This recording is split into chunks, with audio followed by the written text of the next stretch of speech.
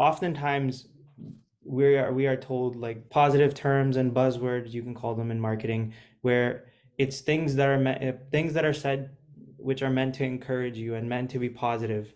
And of course, um, you know, our faith is in God. He's our living hope, and we are encouraged by, the things that he does. But there is a reality to it where not everything is encouraging. And I mean, you guys know this in your own personal walks as well, that not every day is a walk in the park, and oftentimes we feel disappointed, maybe with ourselves, maybe how God is handling a situation. And so I was thinking about this question, which was, what do you do when God is late? Because I'm sure there's been many moments in your life and in everyone else's life where, God disappointed us according to the expectations we set for him. Maybe he showed up late, or he just didn't blatantly answer a prayer.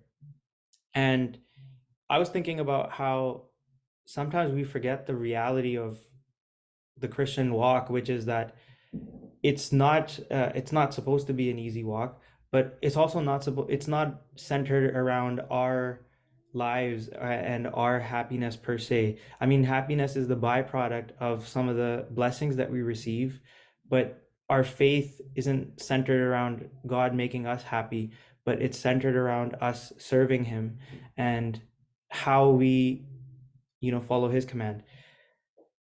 So I was thinking about a few stories that that came into my mind in regards to like God being late or God maybe being early. So let me share with you like the perspective that I was approaching this with, because okay, so remember, just a reminder that the God of the 11th hour, the meaning behind that term is that a God that shows up last minute, a God that delivers on some sort of promise. He rescues you, he comes in last minute. And often we see this even in the movies, like the hero comes in right at the end, right as something, or the climax of the movie, you could say the high point in the movie where something is about to go down and there's a plot twist right at the end.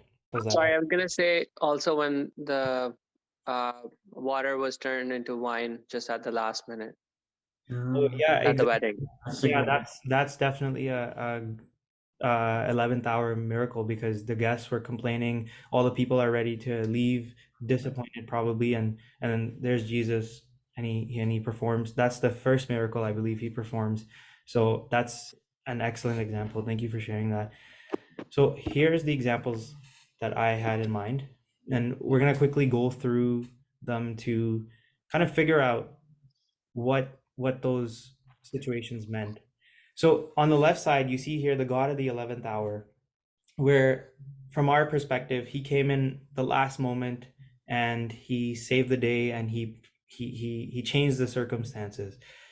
On the right side, we see a God that was late. And I say late hesitantly because he's late according to human understanding of time and our boundaries of time, because God's timing is never wrong, but with the timeline that we set and the expectations that we place on him, sometimes we consider his outcomes to be late. So the first one is Abraham and Isaac. I'm sure you know the story in Genesis 22, and it talks about how God requests the sacrifice of Isaac from Abraham.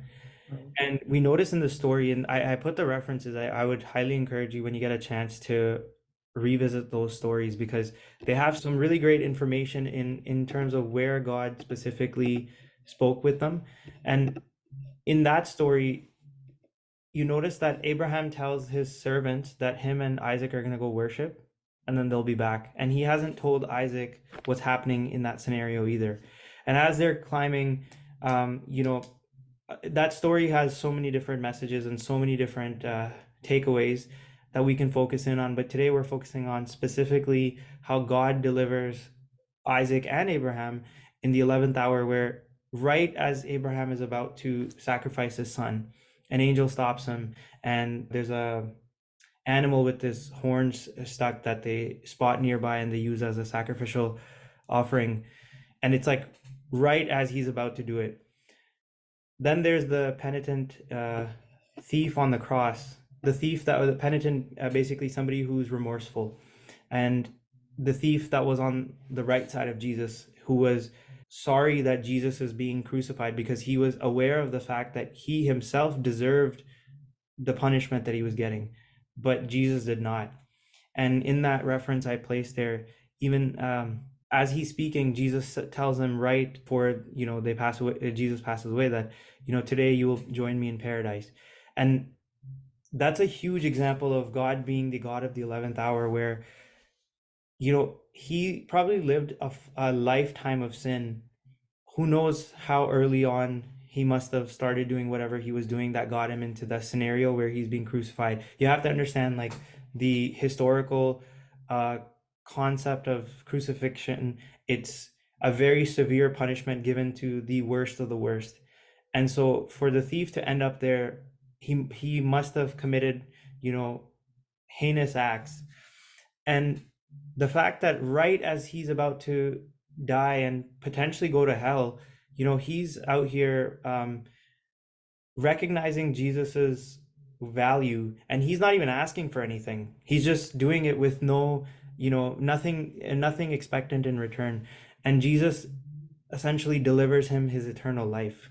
He says to him last minute, like, you're gonna join me in paradise. And that's a huge moment for him, because that's a soul that was saved, just because of the choices that the thief made, and then God's grace right at the end. And then there's Daniel and the lion's den, and I put an asterisk beside this, because technically you could look at the story both ways, where it could be, God delivering at the 11th hour, or it could be, you could look at it as God was late, because in the story Daniel gets thrown into the lion's den, and they close the den, and then the king leaves, and then the next day the king rushes back and they open the den and they find that Daniel's completely unharmed. So in a way it's God delivering at the 11th hour, because in the scripture in Daniel chapter 6 verse 22, it talks about how Daniel sharing that God had shut the mouth of the lions. Now that's like, to me, I take that as a very last minute thing. Like, I mean, you're standing in front of a lion and then God does something, to protect you from that scenario. That it seems very risky, and I'm sure if I was in the scenario, I'm pretty sure I would find myself doubting if God is even gonna help or not. But on the flip side, you could look at it as God being late, because technically he could have just stopped Daniel from, like, going into the den altogether. But the reason I personally don't view it that way, and this is one of the key things with thinking that God is late, is oftentimes a certain scenario that we think is God performing something late is him preparing us for something great. And in this scenario, in order for his glory to be shown, in order for God's glory to be shown, and for God's name to be prioritized among the non-believers, Daniel had to go through that scenario, because if you follow through the whole passage, it shows that afterwards the king was so happy to see Daniel, he hugged him, and then they all worship, he says, the God of Daniel. And so you can imagine the revival that brought into the communities of that era, and, like, the people that were influenced just because the king has now declared that the God of Daniel is who we worship. And so maybe if God saved him, the night before, maybe yeah, it definitely would have, like, it would have saved Daniel's life, but it wouldn't have saved the hundreds of people, maybe thousands, who knows the impact that it had on the community around. So there's a context that applies to a lot of these miracles. Uh, Now, on the flip side, I was sharing with you the God that was late, and we look at Daniel's friends, Shadrach, Meshach, and Abednego. And in I put the reference there. So Daniel chapter 3, verse 12 to 30. What happens essentially, I'll quickly summarize, is the king and his advisors, they come up with they essentially devise a plan against them to create idols that the city needs to worship. And they know that these people, these friends, will not bow down to anything but God. And so they're well aware of that fact, and they make it a law that everybody needs to. And then when the friends don't do it, they report to the king, and the king is angered. I'm just, summarizing the story. Obviously, there's a lot more points in the story if you read it. But long story short, they come to a point where they're about to be thrown into a furnace. And in the Bible, it even emphasizes, I mean, one thing to note before I tell you what I'm about to tell you is everything that's written in the Bible is written for a purpose and has value to something being added. There's so many, stories that I'm sure did not get recorded in the Bible. So the fact that they take the space and the time to explain that the furnace was so hot and emphasize that the people throwing the friends in themselves got burnt is significant, because it really signifies the severity of the danger that these friends are in. And so you look at them being thrown in the fire, and it's like the king himself is surprised. If you look at the reference in that I mentioned there, where the king is shocked to see four people in the fire instead of three. And I was thinking to myself, well, God could have just saved them from the fire altogether and probably saved, those two soldiers from dying. So why go through all this? But it's in his infinite understanding that it would have been better that these friends end up in the fire, and yet he protects them while they're in the fire. And Jesus himself stands, because they mentioned there's a fourth figure. And so to me, I mean, that's technically late, but really, in the grand scheme of things, it's on time, because it changes the whole outcome of how the king reacts and the change and revival it brings to the community. We look at the death of Lazarus in John chapter 11, and I mean that story is, again, has so many great takeaways and so many points we can focus on, but particularly we're focusing on God being late, and in this scenario specifically Jesus being late, because he's been dead now for 4 days, and that's when Jesus shows up.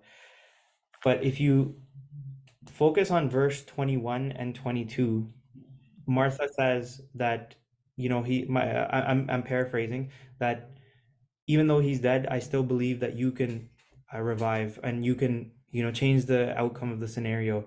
So although the situation is dead, literally and figuratively, there's still a hope that maybe Jesus can change the outcome.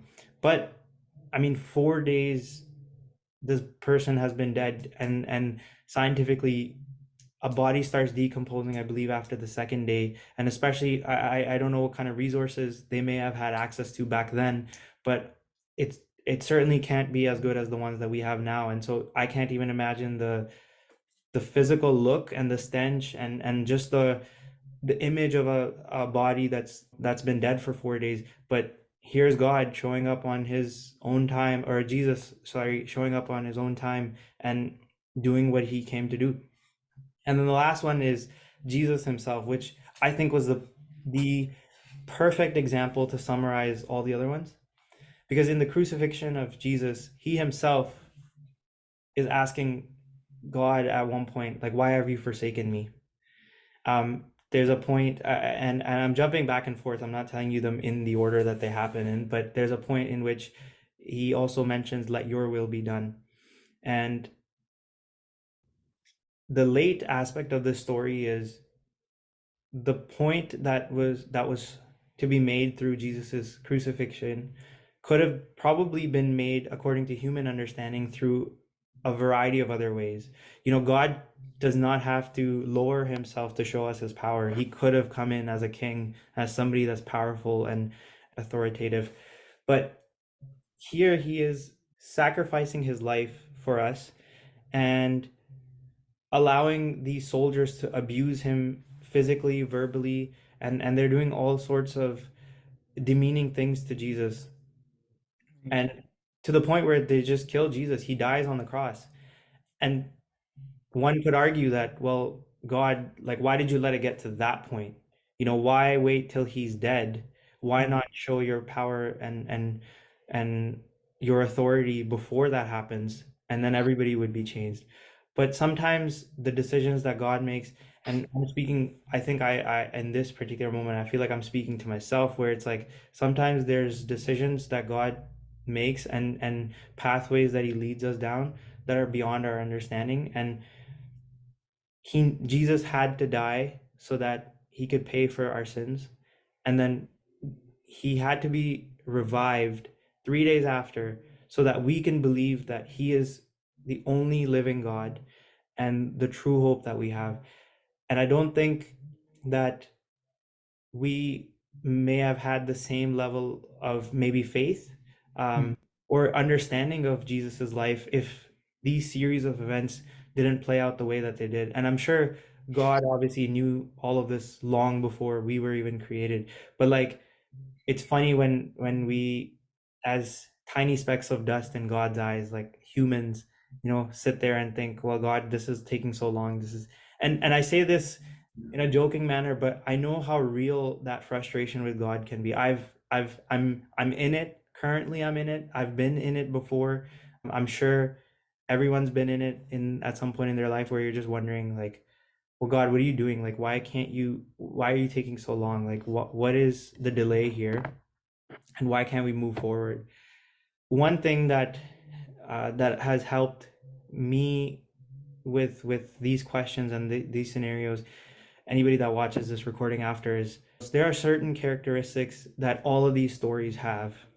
And I'm sure if you read through the specific passages that I listed, you can find them. We just don't have time to like go through each one and like list those things, but the characteristics are the following. So each story, to some degree, showcases submission. There's a submission from the person that's being put on trial, and submission in a sense that they're submitting to the will of God. Whether it's Abraham submitting, it's Martha and Mary submitting, Jesus submitting, Daniel submitting to God, Daniel's friends submitting, the thief. It's they all have a version of submission, and it doesn't look the same, but it holds the same value. Then there's a trust that they have, that even though they themselves are flawed and that they have no power and they are helpless in the scenario, their trust is in the fact that God is bigger than them. And it can be seen again in a variety of ways through all six of the stories that we discussed earlier. The third thing is trust and being expectant goes hand in hand, because you're trusting that he's good, and then therefore you're expectant that he will do good. And being expectant of the fact that if God is good, as Martha says, but you can still revive him, you can still change the scenario. Or Abraham, as he takes his one and only son to the top of the mountain, excuse me, and he's still trusting that God will do something. Or maybe he's expectant of the fact that even if I go through with this, God can maybe give me another son. Maybe God will revive this son. Maybe I won't even have to go through with it. And the last thing is being assentful. Being assentful means being acceptant of the circumstances that you're in after careful thought. And that part is key, because it's not just accepting whatever and like just sitting there, with your hands in the air and like you didn't do anything. It's being acceptant of the circumstances after careful thought. And that's the part that is so important for us as Christians, that we often ruminate, the term where you keep going in circles in your mind, you keep overthinking a scenario again and again. We often do that, and we keep playing out scenarios, but we never get to a conclusion. We never come to the stop point where it's like, okay, these are my options. I can either sit and wait, I can either do ABC, but like we just go in that circle. But being essential is a sign of a mature Christian, and that's something that I've experienced in my personal life, that now you have what you have in front of you, and you've given careful thought to the scenario, and so now you're acceptant of the fact that whatever God does, whether it is in your favor of what you hoped for or whether it is a different answer altogether, he will still be the good and faithful God that he promised he is. I share this with you guys like on a personal level. This is not something that I'm just saying to you. I've had to live out these things, and I still do. It's not a destination, sorry. It is a journey. It's something we continuously do. We all do it at some level. We all bounce back between the stages. It's never linear. It's never A to Z. sometimes we want the A to Z process where it's a straight line, but I'm sure you've probably seen the diagram online, but like success sometimes looks like up and down, backwards, you know, Right. and all over the place. Like it's never just A to Z. You might go back to A like 10, 15 times, who knows? But the point is, while we have these characteristics while we're waiting, it doesn't not that it doesn't matter, but it is not as important whether God is showing up at the 11th hour or if he's showing up late, because the outcome is still the same. The outcome is still in his hands, and it's still his will that will be completed. So we don't need to worry about the time he's going to show up, but we just need to focus on what we are doing while we wait on God. One thing I want to add regarding those characteristics is that all of these characters did not confine God in a little box that we usually do, because we only open it when we need it, and then we kind of expect a magic instead of a miracle. And I really like the point you brought up where we play God. I think that's a quick and easy way to summarize Right. a lot of what I said, which is we want to control the outcome, or we want the outcome that we desire to be the final end goal. And in an ideal world, in an ideal scenario, that would be great. But then again, sometimes we as humans don't make the best choices. So sometimes, God can see the bigger picture that's beyond our vision. As we discussed in these particular characters and their lives, there's so many examples of both categories. These are just the ones that I selected.